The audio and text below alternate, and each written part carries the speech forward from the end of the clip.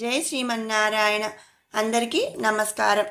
ఈరోజు మన వీడియోలో విష్ణు సహస్రనామంలోని 38వ శ్లోకం యొక్క పూర్తి వివరణ తెలుసుకుందాం. పద్మనాభోరవిందాక్షః పద్మగర్భः శరీరభృత్ మహర్ధిరుద్ధో వృద్ధాత్మా మహాక్షో గరుడధ్వజః. పద్మనాభః, నాభః అంటే నాభి, పద్మ అంటే పద్మం. పద్మమును నాభి అందు కలవాడు శ్రీమన్నారాయణుడు. మరి మనందరికీ తెలిసిన విషయమే, విష్ణుమూర్తి యొక్క నాభి నుండి పద్మము ఉద్భవించి ఆ పద్మములో మరి బ్రహ్మ ఉద్భవించాడు. బ్రహ్మకు నివాస స్థలమైన పద్మము శ్రీ మహావిష్ణువు నాభి అందే ఉన్నది కనుక మరి స్వామి నాభి అందు పద్మము కలదు కాబట్టి ఇక్కడ మనం పద్మనాభః అనే నామముతో స్వామిని స్తుతించుకుంటున్నాము. తర్వాత నామం అరవిందాక్షః. అరవింద అక్షః. అక్షః అంటే అక్షులు అంటే కన్నులు అన్నమాట. అరవింద అంటే తామర పువ్వుల వంటి కన్నులు కలవాడు. తామర పువ్వులు సూర్యోదయమునందు వికసించు, సూర్యాస్తమయమునందు ముడుచుకుపోయి ఉంటాయి. పరమాత్ముడు కూడా సాధు సజ్జనుల పట్ల వికసించిన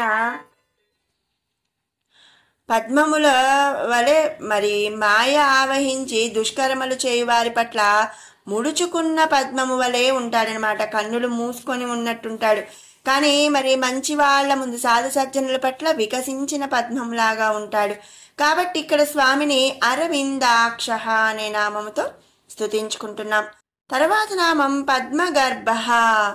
గర్భః పద్మ. హృదయ మధ్యమందు సహస్రదళ పద్మం ఉంటుంది. ఆ పద్మమునందు పరమాత్మ బిందు స్వరూపుడై ఉంటాడు. మరి పద్మము అందు అంటే పద్మములో మరి పరమాత్మ బిందు స్వరూపుడై ఉంటాడు కాబట్టి గర్భ అంటే మరి మధ్యలో అన్నమాట. పద్మములో పద్మగర్భ అంటే పద్మము యొక్క మరి మధ్యలో అని చెప్పి చెప్పుకోవచ్చు. మరి ఆ విధంగా మరి పద్మగర్భ అని ఇక్కడ స్వామిని స్తుతించుకుంటున్నాం. తర్వాత నామం శరీరభృత్. పరమాత్ముడు ఈ సృష్టి అందుగల 84 కోట్ల జీవరాశులకు కూడా ఆహారాది పానీయములను ప్రసాదించి వాటి దేహములను కాపాడుచున్నాడు. శరీర భృత్. భృత్ అంటే కాపాడబడటం, శరీర అంటే శరీరము. మరి అందుచేత శరీర భృత్ అని చెప్పి చెప్పబడుతున్నాడు. అంటే ఏంటి అంటే మరి మనకు ఈ ఆహారము కానీ పానీయము కానీ ఇవన్నీ కూడా మనకు ప్రసాదిస్తుంది ఎవరండి? శ్రీమన్నారాయణుడు. మరి మన జీవులు అంటే మన మనుషులు మరి ఆహారం లేనిది జీవించలేము కదా.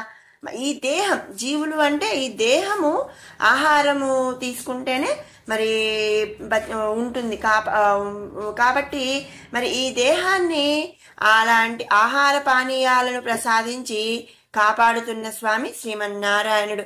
కనుక ఇక్కడ శరీరాన్ని కాపాడుతున్నాడు. ఆహార పానీయాలు అందించి ఈ 84 కోట్ల జీవరాశుల యొక్క శరీరాన్ని కాపాడుతున్నాడు కాబట్టి స్వామిని ఇక్కడ శరీరభృత్ అనే నామముతో స్తుతించుకుంటున్నాము. తర్వాత నామం మహర్దిహి. మహర్దిహి పరమేశ్వరుడు సర్వశక్తి సంపన్నుడు. సృష్టి స్థితి లయలను ఎవ్వరి సహాయ సహకారములను లేకుండా నిర్వర్తించేవాడు శ్రీమన్నారాయణుడు. తన భక్తుల యొక్క యోగక్షేమములను చూచుటకు తన ఆజ్ఞబద్ధుడై ఉన్న అనేక విభూతులను కలిగి ఉన్నవాడు శ్రీమన్నారాయణుడు. కనుక అతడు మహర్ధి అని చెప్పి చెప్పబడుతున్నాడు. మహర్దిహి అంటే మరి అనేక విభూతులను కలిగి ఉన్న స్వామి కాబట్టి స్వామిని మహర్దిహి అనే నామముతో స్తుతించుకుంటున్నాం. తర్వాత నామం బుద్ధః. ఈ జగత్తు అందు ప్రాణమున్నవి లేనివి అయిన సకలము కూడా ఆ పరమాత్ముడే వ్యాపించి ఉన్నాడు. ఈ జగత్తును అన్ని రకములైన శక్తులతో కూడా సృష్టించిన అతడే సమర్థుడు. సాధ్యము కానిది ఏది ఆ పరమాత్మకు లేదు. అంటే ఏంటి అంటే మరి ఆయనను మించిన బలశాలి ఎవరూ లేరు.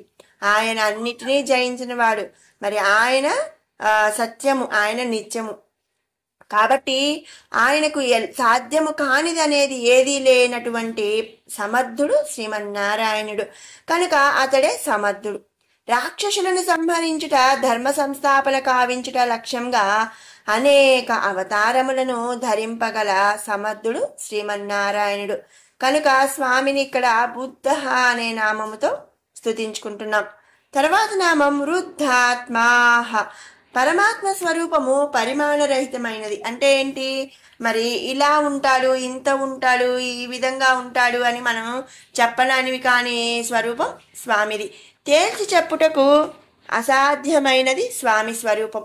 అటువంటి స్వరూపము ఈ జగత్తునందు వ్యాపించి ఉండటం చేత వృద్ధ ఆత్మ అని చెప్పి చెప్పబడుతున్నాడు. అంటే ఏంటి అంటే, వృద్ధ అంటే వృద్ధుడు, ఆత్మ అంటే మరి పరమాత్మ. సహజంగా వృద్ధుడు అనగా మరి మానవ కాలంలో అంటే మన మనుషుల కాలంల ప్రకారం ఎక్కువ సంవత్సరంలో నుండి జీవించి ఉన్నటువంటి వాడు. మరి పరమాత్ముడు కూడా ఈ సృష్టి ప్రారంభం నుంచి సృష్టి అంతం వరకు కూడా ఉన్నవాడు. కాబట్టి పరమాత్ముడిని ఇక్కడ వృద్ధాత్మ అని చెప్పుట చేత అతడు అన్నాది కాలము నుండి ఉన్నవాడుగా మనం గ్రహించాలి.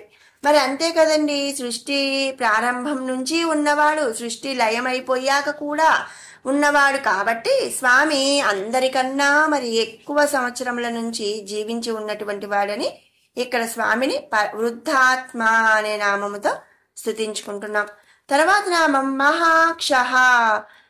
మహా అక్షః. అక్షః అంటే ఏంటండి? కళ్ళు. మహా అంటే మరి విశాలమైనటువంటి వాదనమాట. ఈ సమస్త జగత్తు కూడా ఇమిడిపోవునటువంటి విశాలమైన నేత్రములను కలిగి ఉన్నటువంటి వాడు శ్రీ మహావిష్ణువు. లోక వ్యవహారము ఏవి కూడా పరమాత్ముడి దృష్టిని దాటిపోవుట అసాధ్యం. అందుకే ఇక్కడ మనం స్వామిని మహాక్షః అనే నామంతో స్తుతించుకుంటున్నాం. అంటే ఏంటి అంటే, మరి సూర్యచంద్రులు, ఇప్పుడు మనం చేసే పాపపుణ్యాలకు సూర్యచంద్రుడు మరి సాక్ష్యము అని చెప్పి చెప్తూ ఉంటాము. మరి దేవుడు అనేవాడు చూస్తూ ఉంటాడు అంటూ ఉంటాం. అంటే ఏంటి అండి, ఆ స్వామి మరి అంతర్యామిగా ఉండి, సూర్యచంద్రులలో అంతర్యామిగా ఉండి కానీ మరి ఈ సమస్త జగత్తును వ్యాపించి ఉండటం చేత కానీ ఆయన దృష్టిని దాటిపోవటం అనేది ఏ పనైనా అసాధ్యం అన్నమాట. కనుక స్వామిని ఇక్కడ మహాక్షః అనే నామముతో స్తుతించుకుంటున్నాం. తర్వాత నామం గరుడ ధ్వజ. గరుడ ధ్వజ. ధ్వజ అంటే ధ్వజం. గరుడుని ధ్వజంగా మరి కలిగి ఉన్నవాడు. గరుత్మంతుడు వేదస్వరూపుడు. జ్ఞానస్వరూపమైన గరుత్మంతుడిని పతాకమునందు కలిగి ఉన్నటువంటి వాడు శ్రీమన్నారాయణుడు. శ్రీ మహావిష్ణువు యొక్క వాహనమైన గరుడిని ధ్వజంగా కలిగి ఉన్నాడు. కాబట్టి స్వామిని ఇక్కడ గరుడ ధ్వజ అనే నామముతో స్తుతించుకుంటున్నాము. ఇది 38వ శ్లోకంలోని నామాల యొక్క పూర్తి వివరణ. ఇప్పుడు 31 నుంచి 40వ శ్లోకం వరకు కూడా ఒక్కసారి పారాయణ చేసుకుందాం.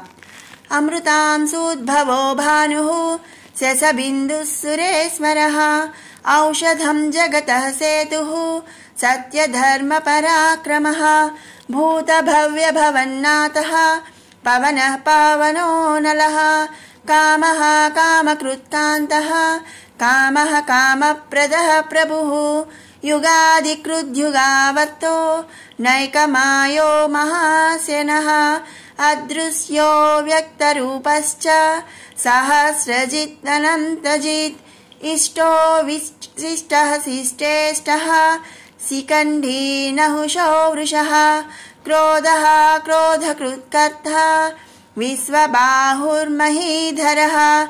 అచ్యుతః ప్రథితः ప్రాణः ప్రాణదో వాసవానుజః అపాం నిధిరధిష్టాన అప్రమత్తః ప్రతిష్ఠతః స్కందః స్కందధరో ధుర్యో వరదో వాయువాహనః వాసుదేవో బృహద్భాను రాధిదేవః పురందరః అశోకస్తారణస్తారః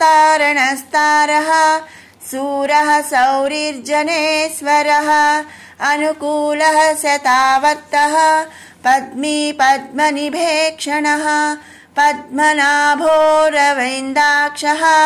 పద్మగర్భః శరీరభృత్ మహర్తిః బుద్ధో వృద్ధాత్మా महाक्षो गरुडध्वजः अतुलः शरभो भीमः समयज्ञो हविर्हरिः सर्वलक्षणलक्षण्यो लक्ष्मीवान् समितिञ्जयः विक्षरो रोहितो मार्गो हेतुर्धामोदरः सहः महीधरो महाभागो वेगवानमिताशनः।